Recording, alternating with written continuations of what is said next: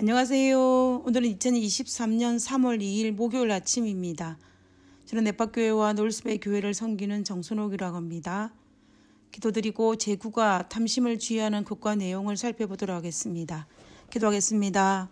하늘에 계신 저희들의 아버지, 저희들에게 사탄이 넣어주는 그 악한 마음이 내 마음속에 자리 잡지 않도록 아버지여 우리를 불쌍히 여기사 우리를 도우사 우리가 하나님의 자녀의 직분을 잃어버리지 않도록 주여 도와주시옵소서.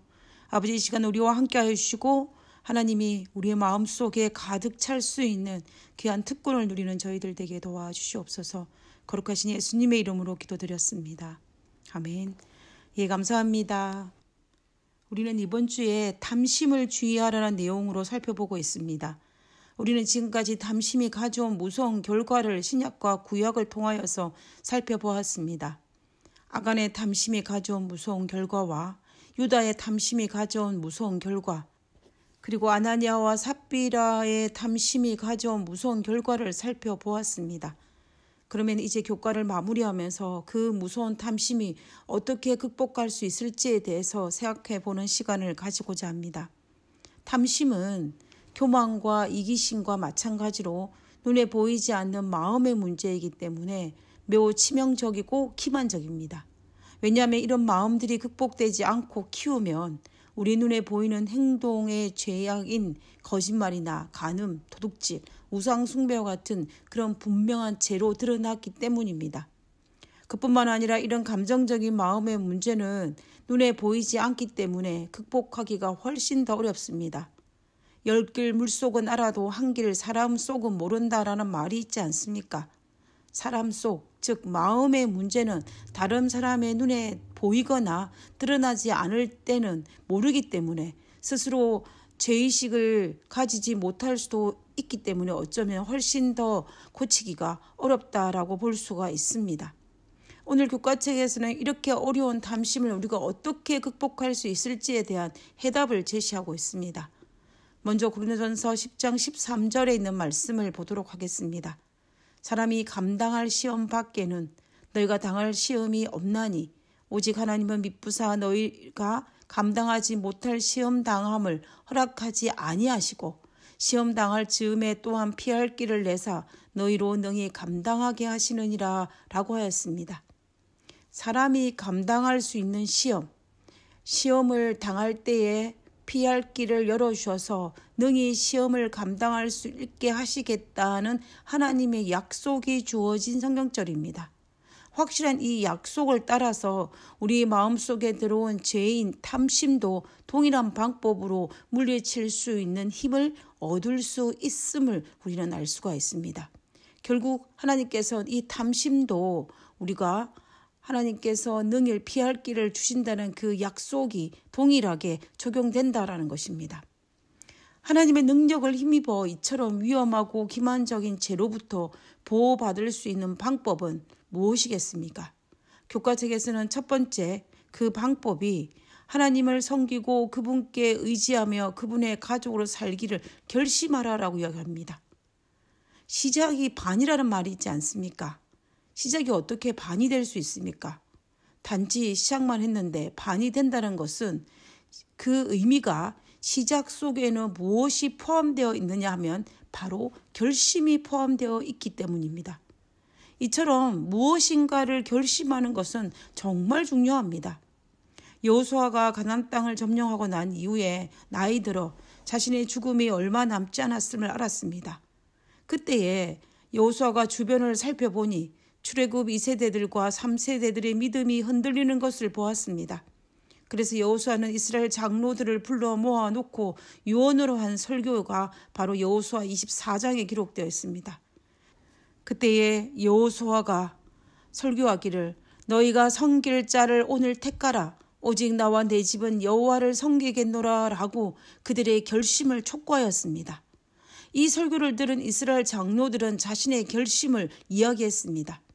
여호와를 버리고 다른 신을 섬기는 일을 우리가 결단코 하지 않겠다라고 하였습니다. 그리고 그들은 반복하여 우리가 정녕 여호와를 섬기겠나이다 라고 그들은 여호수아 앞에 자신의 결심을 이야기하였습니다. 그 결과가 여호수아 24장 3절에 기록되어 있습니다. 이스라엘이 여호수아에 사는 날 동안과 여호수아 뒤에 생존한 장로들, 곧 여호와께서 이스라엘을 위하여 행하신 모든 일을 아는 자의 사는 날 동안 여호와를 섬겼더라라고 되어 있습니다. 결국 결심한 자들은 그들이 사는 날 동안 여호와를 섬겼다라는 것입니다. 우리는 이 사실을 통하여서 결심하는 것이 얼마나 중요한지를 알 수가 있습니다. 그러므로 우리도 우리의 삶을 살아가는 동안 끝까지 여호와를 의지하고 그분의 자녀로 살기로 결심해야 합니다. 자, 그러면 두 번째 담심을 극복하는 방법은 무엇일까요? 매일 기도하는 방법입니다. 그리고 그 기도 속에 마태복음 6장 13절을 포함시키라라고 말하고 있습니다. 우리를 시험에 들게 하지 마옵시고 다만 악에서 구하시옵소서. 나라와 권세와 영광이 아버지께 영원히 있사옵나이다.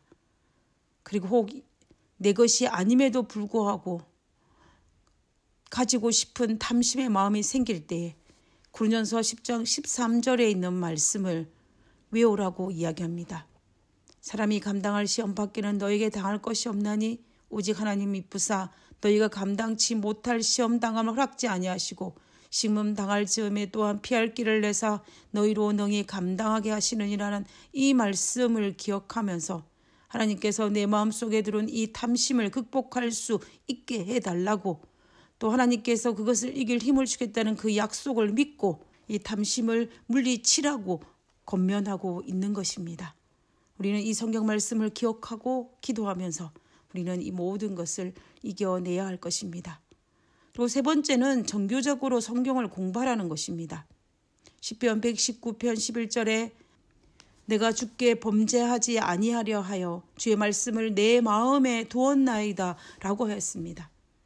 예수님께서도 인간이 겪는 죄의 모든 문제를 가지고 씨름하셨습니다. 그분께서는 우리가 받을 모든 시험을 다 당하셨습니다.